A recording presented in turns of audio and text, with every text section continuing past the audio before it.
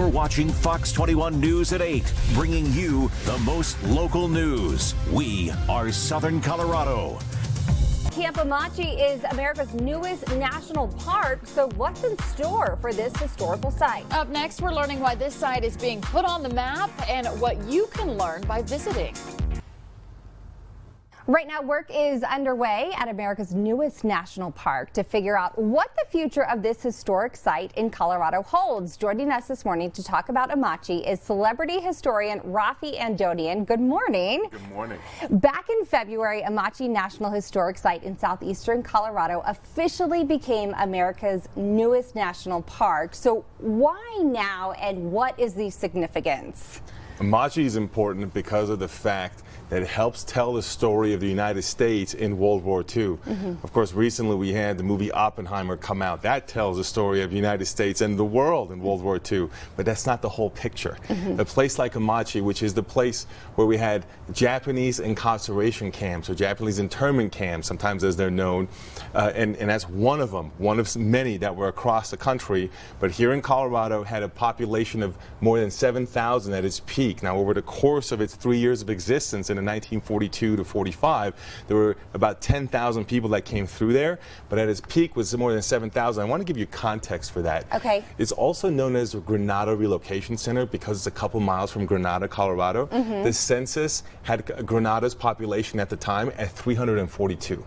Wow. So to have 7,000 people at one time at that camp really gives you an idea of how they might be taxing the resources there, and part of what contributed to some of the difficulties at a place like that. Now, what's fascinating about that is it helps, though, to me, tell the full story of the American experience in World War II and Japanese Americans who were mostly American citizens being shipped from California here to Colorado to go into the camp. Really helps kind of, makes us kind of contend with some of these difficult stories. But what's fascinating to me is that the timeliness of the national park is also with the newest American quarter that's coming out, focusing or featuring, I should say, Patsy Mink, who was the first Japanese American and first woman of color of any sort to be elected to Congress. And so how interesting that at the same time we have a Japanese American that is being celebrated on the American quarter. She's known best for passing Title IX legislation. It shows you a Japanese American could be just as patriotic as anyone else. Okay, so where can you get those quarters? They're circulating. Okay. They're circulating in your pocket. So you just look for the quarters in your pocket. You can actually go to the usmint.gov and you want to check out, the US Mint site. You can go buy it directly from them, but they're also circulating in your pocket, which is really cool. So you just have to look for them.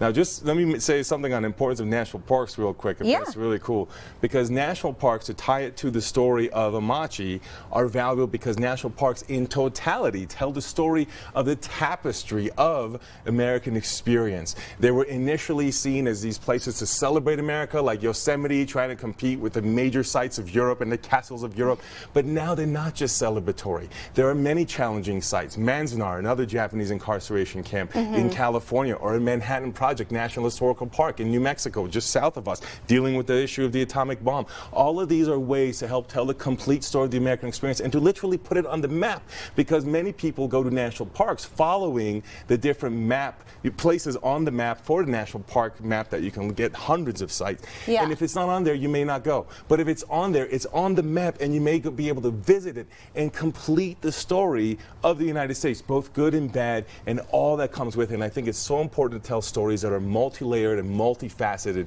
and have multiple perspectives involved. Okay, so to that point, so a lot of people may want to focus on the ones that maybe seem the more positive side, the Rocky Mountain National Parks, the ones that we know of. But for the ones that maybe have the darker chapters in the history, why would you encourage you to stop at those as well? Because there's nowhere you can go to reflect on those chapters than to go to the place itself. You can read about it, but it's theoretical and intangible, and you should read about it and learn about it, absolutely. But that's not complete. The way it's complete is to go to the place and to be in the tangible place, to be able to actually touch the place. And in that context, when you learn and you see the place, you can better visualize what you read about, what you learned about, what you're talking about. And that sense of place connects the tangible to the intangible so you can reflect. And when you're in that moment of reflection, reflection. What is an additional value to that is there are going to be usually other people around you.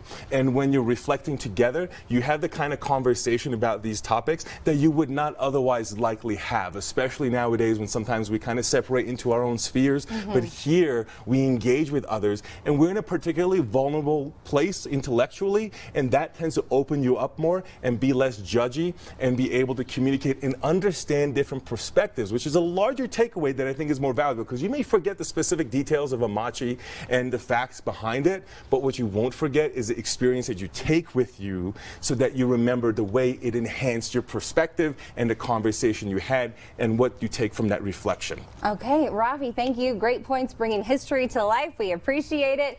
We'll be right back with more news and weather after this.